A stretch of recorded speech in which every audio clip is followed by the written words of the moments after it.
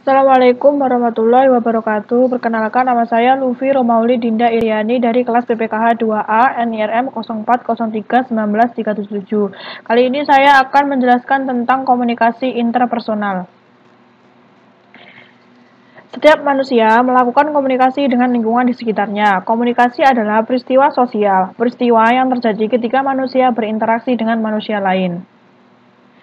Pengertian komunikasi interpersonal itu sendiri adalah salah satu konteks komunikasi di mana setiap individu mengkomunikasikan perasaan, gagasan, emosi, serta informasi lainnya secara tatap muka kepada individu lainnya.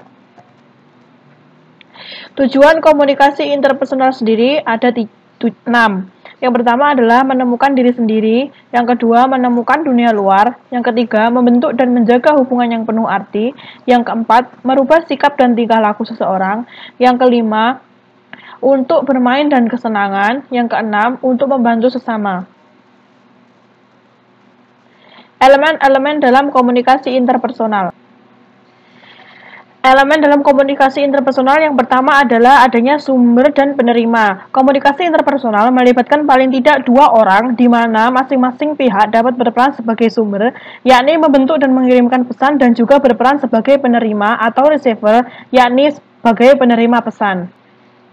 Yang kedua adalah pesan. Pesan merupakan sinyal yang dipandang sebagai stimulus atau rangsangan bagi penerima pesan dan diterima oleh salah satu indera manusia atau kombinasi dari beberapa indera manusia.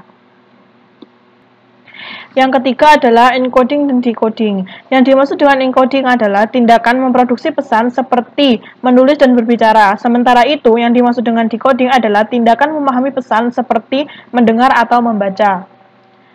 Yang keempat adalah media. Yang dimaksud dengan channel atau media adalah yang digunakan untuk menyampaikan pesan dan menghubungkan sumber dan penerima. Dalam komunikasi tatap muka, kita mengirim dan menerima pesan melalui 5 panca indera yang kita miliki. Yang kelima adalah gangguan. Secara teknis, gangguan atau noise adalah segala sesuatu yang mendistorsi sebuah pesan atau hal-hal yang mencegah penerima dalam menerima sebuah pesan. Yang keenam adalah umpan balik. Umpan balik atau feedback adalah informasi yang kita terima sebagai bentuk respon terhadap pesan yang telah kita kirimkan.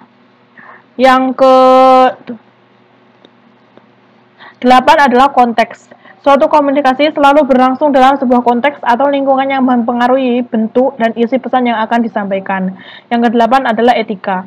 Komunikasi selalu memiliki konsekuensi, oleh karena itu, dalam berkomunikasi selalu melibatkan etika dalam komunikasi. Begitu pula dengan konteks komunikasi interpersonal. Setiap tindakan komunikasi memiliki dimensi moral, apa yang benar dan apa yang salah. Selanjutnya adalah sifat komunikasi interpersonal.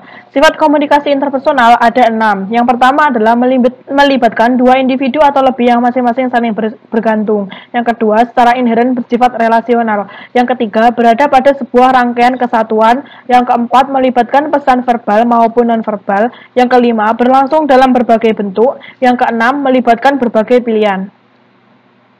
Fungsi komunikasi interpersonal itu sendiri adalah menjadikan terbentuk dan terpeliharanya hubungan baik antar individu. Yang kedua, memberikan pengetahuan dan informasi. Yang ketiga, merubah sikap dan perilaku. Yang keempat, memecahkan masalah hubungan antar manusia. Yang kelima, menjadikan citra diri menjadi lebih baik lagi. Yang keenam, membantu jalan untuk sukses. Efektivitas komunikasi interpersonal.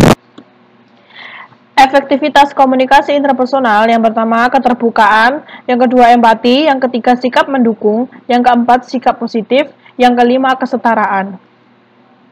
Prinsip komunikasi interpersonal sendiri ada 5. Yang pertama, komunikasi interpersonal merupakan proses transaksional. 2. Komunikasi interpersonal memiliki tujuan. 3. Komunikasi interpersonal adalah ambigu. 4. Komunikasi interpersonal dapat berbentuk simetris atau komplementer. 5. Komunikasi interpersonal bersifat irreversibel. Manfaat komunikasi interpersonal. 1. Dapat mendatangkan manfaat intelektual yang di dalamnya terkandung mengenai pemahaman terhadap orang lain dan diri sendiri. Memberikan manfaat praktis berupa pengalaman pribadi dan melakukan interaksi dengan orang lain. Komunikasi ini dapat meningkatkan hubungan yang sudah terjalin dengan berbagai orang. Hal itu akan mempengaruhi perilaku seseorang ke depannya. Komunikasi secara interpersonal membantu seseorang dalam memenuhi kebutuhan sosial yang dimiliki oleh manusia. Bercakap-cakap untuk berubah pikiran. Sekian penjelasan dari saya mengenai komunikasi interpersonal.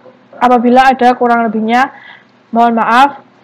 Wassalamualaikum warahmatullahi wabarakatuh.